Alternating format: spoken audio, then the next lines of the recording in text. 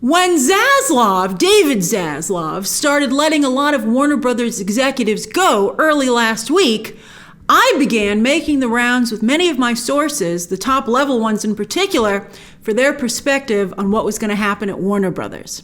And with that information, as well as information that I've been having in my pocket for a while now, I feel confident with two new articles that have come out as well to help back me up.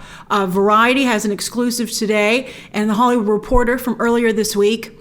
I feel confident now that I can not only outline to you what's happening, but make my predictions as to how it's all going to finally come together. And David Zaslav is moving quite quickly.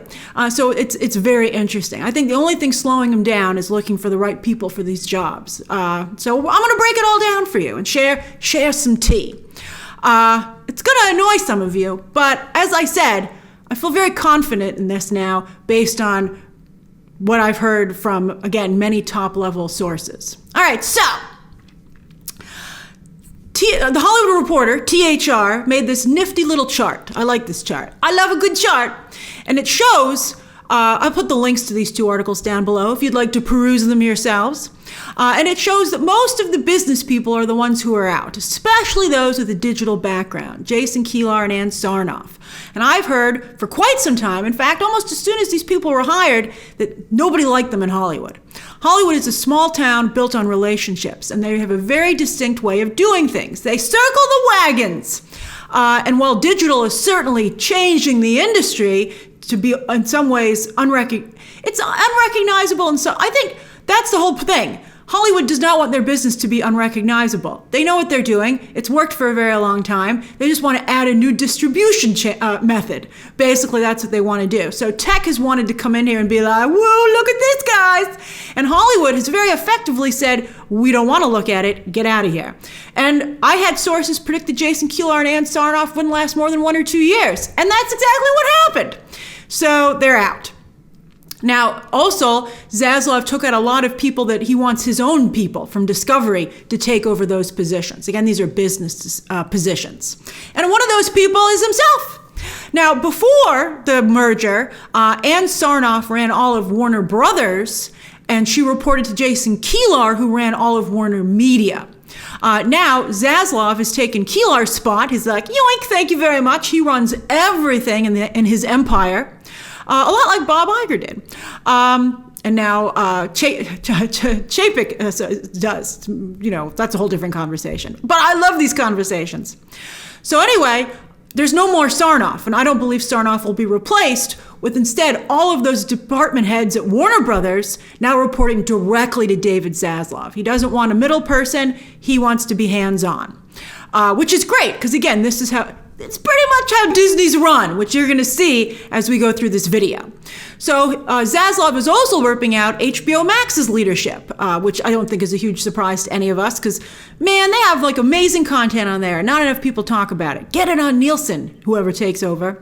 But he's getting ready to fold in Discovery streaming service to make it one giant streaming service. And I wouldn't be surprised if CNN Plus gets folded in here as well. You might be like, why does CNN even need a streaming service? Well, cable's likely going the way of the dodo, so they have to have a way for you to watch it. So they're just going to package it into this big thing where you get all of Warner Brothers, / HBO content, Discovery content, and CNN, their news division. And that makes a lot of sense to me. You'll probably see the price go up, which is crazy because it's already one of the highest priced streaming services, but I think all the streaming services prices are going to go up, especially if there's no more cable. And then we'll have to see what they do from there because people aren't going to be able to afford all of them. It's just going to be too much money. It's going to be unreasonable. But anyway, I think that's still a very nice package. And, I guess Disney has ABC News, but what would they fold in there? It's a little bit like how Discovery is part of Disney Plus. National Geographic is part of Disney Plus. So that's very interesting. Disney would therefore need a news division to be as competitive. Oh, I love it. All right, so anyway. All the creative heads are still in place at Warner Brothers. Casey Bloys at HBO and HBO Max, definitely safe. Guys churning out amazing content. Channing Dungey at Warner Brothers Television, also safe, churning out great content for HBO Max and beyond. Some of Netflix's best shows come from Warner Brothers Television. And Toby Emmerich is still there at Warner Brothers Films, but I do not believe that he is safe.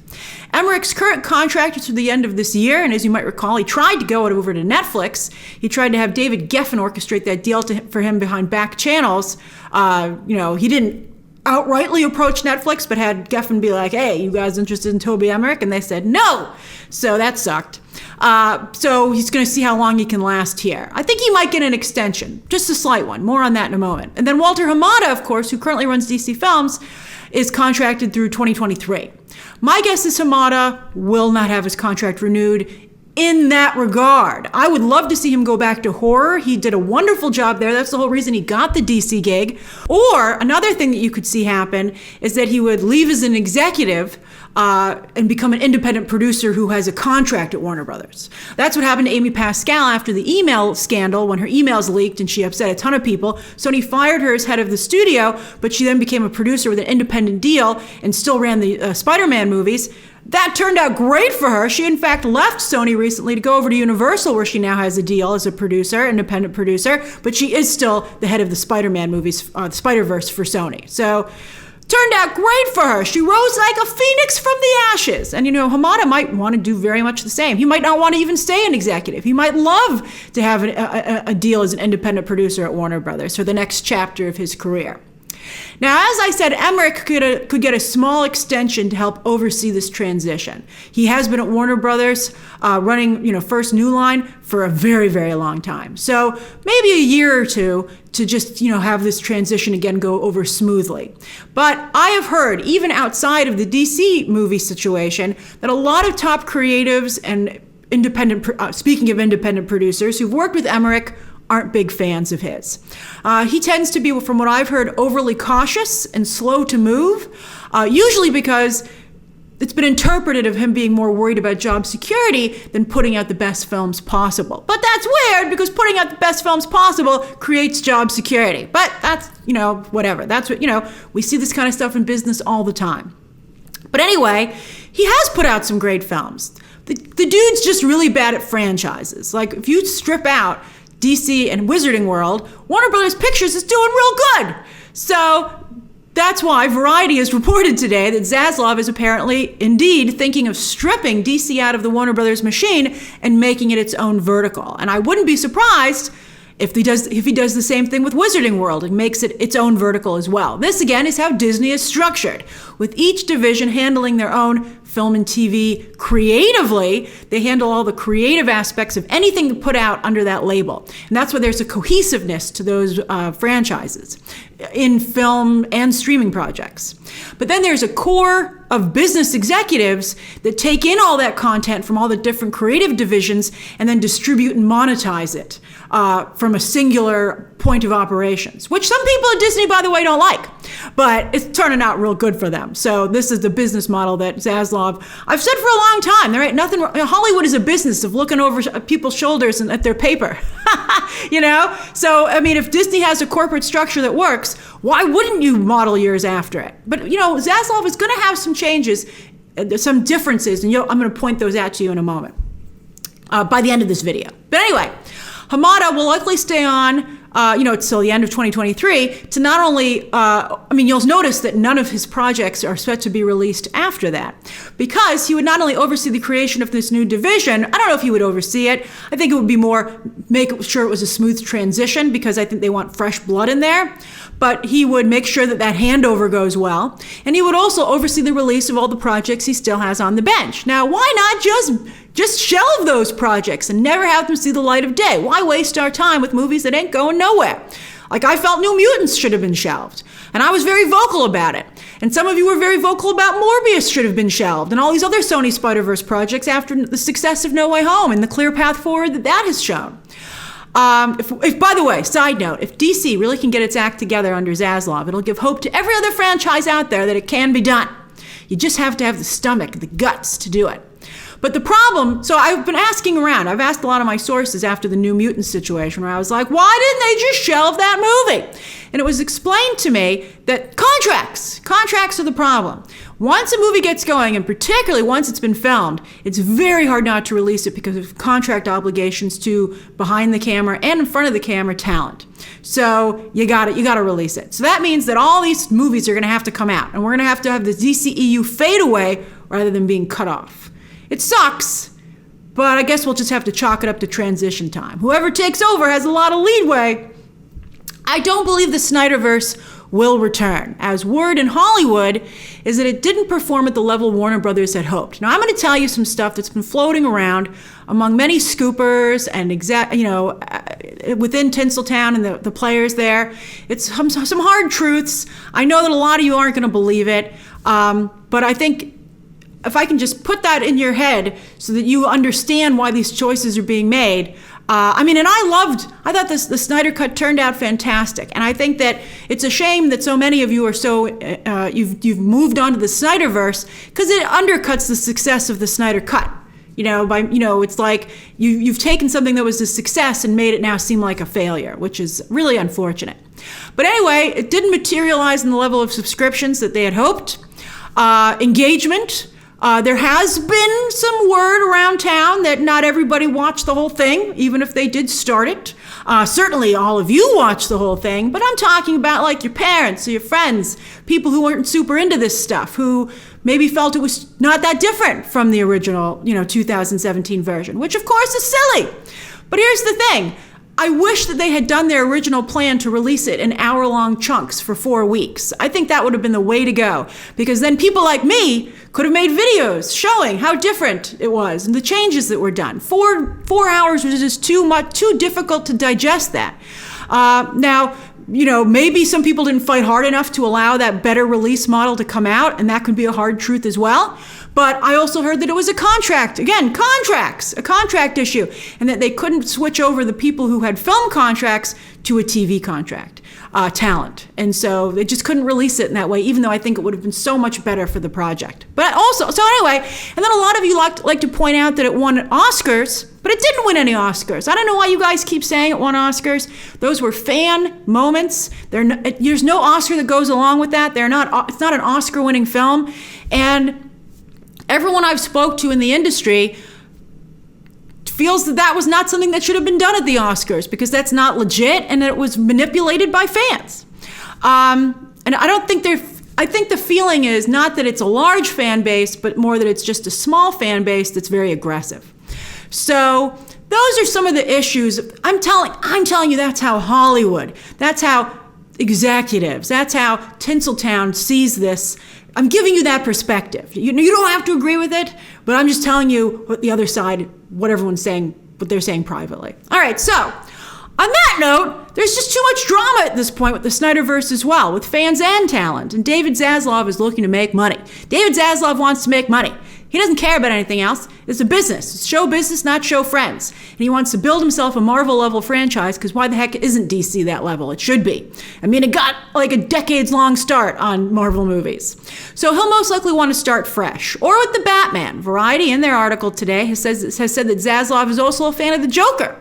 Now, those two movies were made outside of the SnyderVerse and were extremely successful, so it can be done. Joker is an Oscar-winning movie, and I suspect the Batman will be too, in the craft categories, much like Dune and Mad Max Fury Road were, which are both Warner Brothers pictures as well. But Variety says Zaslav isn't looking for a strong creative executive like Kevin Feige. This is where things are going to differ a little bit. But instead he wants a business-minded person who's just going to keep the trains running, keep everything organized and smooth, and make sure there's a cohesiveness to the DC brand across film and streaming and television. Because right now, we've all said, it's ridiculous, it's fractured, it's all over the place, it's hard to have a one large fan base. Instead, you have lots of little fan bases that are fighting with each other. It's stupid. That's no way to run a business or a franchise. So that means, though, because he wants a business person, that Warner Brothers will still let, for DC projects, talent make these big, bold, creative moves. Rather than getting marching orders like Kevin Feige doles out over there. Marvel is very regimented, and it's very much Kevin Feige's vision, and he finds people to carry out that vision. Whereas it seems Warner Brothers is still going to say, what do you want to do? But at least they're going to, organize it and have it coordinate. I think it could work. I mean, I still don't think it's going to be as consistently as successful as Kevin Feige is, although he's starting to run into choppy waters these days as he tries to, you got evolve or die. And he can't do the same thing forever, so he's running into some problems in that regard. But anyway, I think the Batman and Joker were indeed big, bold, creative swings that Marvel would never do. They can't do it based on their way their business model is set up. So that gives DC an edge, because you just can't be exactly like Marvel, because then why would anybody go and see it? I think that the Batman and Joker are two movies that Marvel would never and could never make, and I understand the reasoning that Zaslav is doing. So again, you'll likely see Hamada phase out his DCEU and his time running it, and we'll see what happens to him. A new person will come in and build up a new DC universe in its own division at Warner Brothers, hopefully. This isn't 100% guaranteed. This is the direction that Zaslav is moving in. And then the Batman could potentially be a building block, maybe Joker too. And Emmerich likely replaced at some point, I don't think right away, but at some point by someone who heads up Warner Brothers Films, which is its own division, which has nothing to do with DC, nor Wizarding World. That'll probably be its own division as well. I mean, I think Wizarding World is getting ready to take a break, probably, unfortunately. I mean, I liked this last movie, but I see that they have huge problems in that franchise, so I think it's going to take a little break like Star Wars is taking a little break. Then it'll come back bigger and better than ever, baby. And so we'll see. And we'll see, so you'll have somebody who runs Warner Brothers Pictures, and I'm sure everybody would love that job in Hollywood. Then you're going to see someone who runs DC and someone who runs Wizarding World. And for those two jobs, we'll see who wants them, because they're usually pretty thankless, although I'm sure the pay is good. But Kathleen Kennedy and Walter Hamada have really been raked over the coals on social media by many people. It's a very high-profile gig, and, people get angry. So you have to have someone who can weather that storm. So, but I still think be a public figure. I think, I don't think it's a good idea to hide either. Kevin Feige's always front and center, interfacing with the fans, hosting all of their presentations, and I think that that's the way to go. So let's see what happens. What do you think of this? What do you think of these developments? Share those thoughts down below. Subscribe today, and of course, as always, you can check out some more videos right now.